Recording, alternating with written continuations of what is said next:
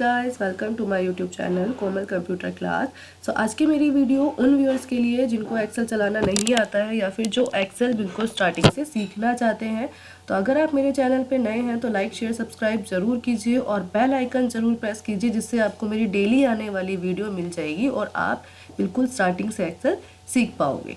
तो जब आप एक्सेल को ओपन करते हो, जब आप एक्सेल को ओपन करोगे तो आपका जो पहला व्यू होगा वो कुछ ऐसा आपको दिखाई देगा। यहाँ पर हर ऑप्शन का एक नाम है।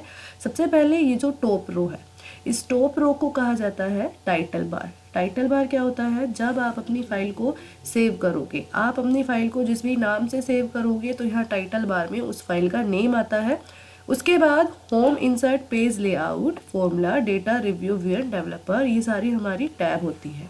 जैसे इस वक्त जो मेरी एक्टिव टैब है वो है होम टैब, क्योंकि हल्का हाईलाइटेड है। अगर आप यहाँ पर क्लिक करोगे तो मेरी जो इस वक्त एक्टिव टैब हो गई है वो है इंसर्ट टैब। तो होम टैब पर जाना है। ये जितने भी आपको ऑप्शंस दिखाई दे रहे हैं ये सारे ऑप्शन होम टैब के हैं। इसमें आपको ग्रुप मिलते हैं: clipboard, font, alignment, number, style, cells और एडिटिंग। इसके अलावा आपको एक नेम बॉक्स मिलता है, एक आपका फॉर्मूला बार होता है और ये आपकी रो है। याद रखना, आपकी जो रो होती है वो नंबर्स में होती है, यानी आपकी रो न्यूमेरिकल होती है, आपके जो कॉलम हैं वो अल्फ़ाबेट्स होते हैं। ठीक है, और दोनों मिलकर क्या बनाते हैं? एक सेल बनाते हैं। सेल क्या होगा? जैसे इस वक्त देखो मेरा जो एक्टिव है, हम जो एक्टिव सेल है हमारा वो डी कॉलम में है और फोर्थ रो में है। ये जो है डी कॉलम में है और फोर्थ रो में है, जो आउटलाइंस आ रही है। तो ये क्या होगा? हमारा सेल होगा जो डी कॉलम और फोर्थ रो में है, तो हम इसको कहेंगे D4। आप वापस से किसी दूसरे सेल पर क्लिक करोगे, देखो जहाँ पर आउटलाइन आ रहा है ये हमारा एक्टिव सेल है, यानी कि हमारा जी कॉलम में है और 7th रो में है। तो नेम बॉक्स में आपका जो एक्टिव सेल होगा आपको वो दिखाई देगा। इसके अलावा आपकी जो टोटल रो होती है वो होती है 10,48,576 और टोटल जो आपके कॉलम्स होते हैं वो होते हैं 16,384। अगर आपको अपने पहले वाले सेल से सबसे लास्ट वाले सेल पे जाना है, देखिए जैसे मैंने A1 सेल के अंदर लिखा है 10,48,576 और A2 सेल के अंदर लिखा है 16,384। अगर मैं कुछ सेल को ब्लैंक छोड़ दूँ बीच में और फिर 16,384 लिखा, ठीक है, मैंने सिर्फ यहाँ पर टाइप किया है। और अब मुझे क्या करना है? मेरे लास्ट वाली सेल पे जाना है। लास्ट वाला सेल यानी कि वो सेल जहाँ पर मेरा डेटा कंप्लीट हो रहा है, मेरा काम कंप्लीट हो रहा है। तो आप कंट्रोल के साथ एक बार डाउन एरो की प्रेस कीजिए। डाउन एरो की प्रेस किया तो देखो हम A2 पर चले गए, क्योंकि A2 के बाद बहुत सारे सेल को हमने ब्लैंक छोड़ दिया है। अगर अब आप कंट्रोल के साथ डाउन एरो की प्रेस करोगे तो आप डायरेक्ट सबसे लास्ट वाले सेल वहाँ पे पहुँच जाओगे जहाँ पर आपने अपना काम को कंप्लीट किया है। अगर अब आप फिर से कंट्रोल के साथ डाउन एरो की का यूज़ करोगे तो आप सबसे लास्ट वाली रो में पहुँच जाओगे और हमारी जो लास्ट रो है वो है 10,48,576।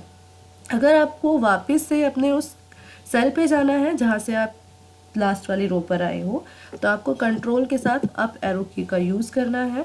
आपको फिर से कंट्रोल के साथ अप करना है और फिर से कंट्रोल के साथ अप कर देना है। तो ऐसे आप स्टेप बाय स्टेप अपनी लास्ट वाली रो पे अपनी फर्स्ट वाली रो पर पहुंच पाओगे। अगर आपको सबसे लास्ट वाले कॉलम पर जाना है, मान के चलो मैं H वाले कॉलम पर एक नाम लिख दूँ और अब अगर मुझे लास्ट वाले कॉलम पर जाना है तो अगर आप कंट्रोल के साथ राइट एरो की का यूज़ करोगे तो आप उस कॉलम पे जाओगे जहाँ पे आपके कॉलम में आपने वर्क किया हुआ है। अगर अब आप कंट्रोल के साथ राइट एरो की प्रेस करोगे तब आप सबसे लास्ट वाले कॉलम पे जाते हो। अगर आपको वापस से उसी कॉलम पर आना है जहाँ से आप इस लास्ट कॉलम पर आए हो तो आपको कंट्रोल की को प्रेस करना है और लेफ़्ट एरो की का यूज़ करना है और उसके बाद वापस से फर्स्ट वाले कॉलम पे जाने के लिए कंट्रोल के साथ लेफ़्ट एरो की का यूज़ करना है। उसके बाद अगर आपको अपनी शीट्स को इंसर्ट करना है, आपको शीट 1 बाय डिफ़ॉल्ट मिलता ही है। अगर आपको अपनी शीट को इंसर्ट करना है तो इंसर्ट करने के लिए आप इस प्लस पर क्लिक कीजिए, जिससे क्या होगा, आपकी शीट इंसर्ट हो जाएगी।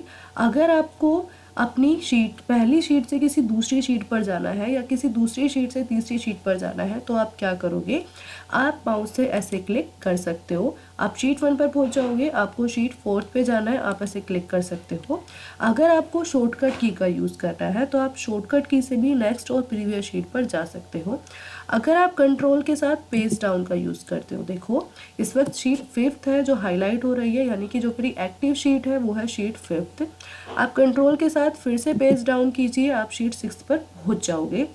और अगर आपको प्रीवियस वाले पे आना है तो आप सिर्फ कंट्रोल के साथ पेज अप कीजिए, पेज अप कीजिए, पेज अप। जितनी बार आप कंट्रोल के साथ पेज अप करोगे आप उतनी ही बार प्रीवियस वाली शीट पर आते जाओगे।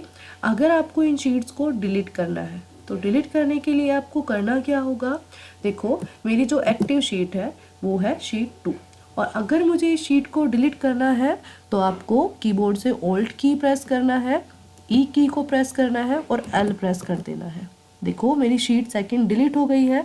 आप फिर से ऑल्ट ई एल प्रेस करोगे तो शीट 3 भी डिलीट हो जाएगा। तो आप ऑल्ट ई एल प्रेस करोगे तो आपकी शीट ऐसे डिलीट हो जाएगी। और अगर आप अपनी शीट को नाम देना चाहते हो, यानी कि आप इसको रीनेम करना चाहते हो, तो आप इसको रीनेम कर सकते हो। रीनेम करने के लिए आपको क्या करना पड़ेगा, आपको सिर्फ माउस से राइट क्लिक करना है और माउस से राइट क्लिक करने के बाद आपको जाना है रीनेम पे। रीनेम पे क्लिक करते ही आपको वो नाम टाइप करना है जो आप अपनी शीट को देना चाहते हो। आपको शीट 2 पे भी अगर कोई नाम चाहिए तो आप माउस से राइट क्लिक करिए, रीनेम कर दीजिए और यहाँ पर ऐसे टाइप कर दीजिए। सो आज की मेरी वीडियो यहीं पर कंप्लीट होती है। ये था एक्सेल का इंट्रोडक्शन। आपको डेली वीडियोस मिलेगी तो प्लीज़ आप चैनल को लाइक शेयर सब्सक्राइब जरूर कीजिए। अगर आपको वीडियो अच्छी लग रही है तो ही आप इसको लाइक कीजिए। अगर आपको सजेशन देना चाहते हो तो आप मुझे सजेशन दे सकते हो। Thank you for watching my video.